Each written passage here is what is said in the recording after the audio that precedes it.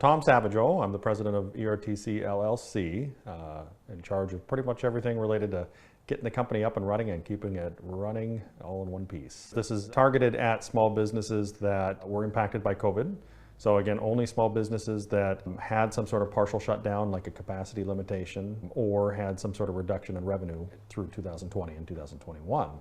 These are the businesses that really do need the help. And unfortunately, there's not a lot of options, both on an educational level of making sure the businesses understand what it is, and on a filing level to go out and figure out, now that we know what it is, how do we actually take advantage of that? And that's what this is doing. The idea came around when we realized there was no way for businesses to actually file for the credit. A lot of time people are told or talk to their tax professional, and not that that's not a good idea, because it is, but a lot of CPAs right now didn't know about this until tax season started.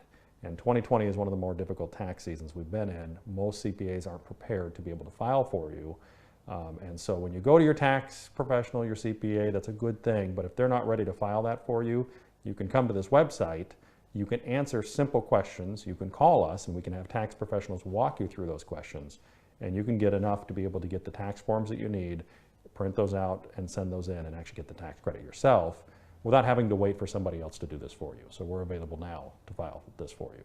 So the biggest part where most people are eligible are the first quarter. I'm trying to get the word out as much as possible. File now so you can get this credit in 6 weeks and not have to wait 8 months. What I love is that I'm in a position that with my background as an income tax accountant, helping small businesses, this just happened to be a position for me to where my expertise is solely focused in this. And it was just direct on what I like to do in helping those small business owners, because my understanding level in this field is higher than most average people in the field.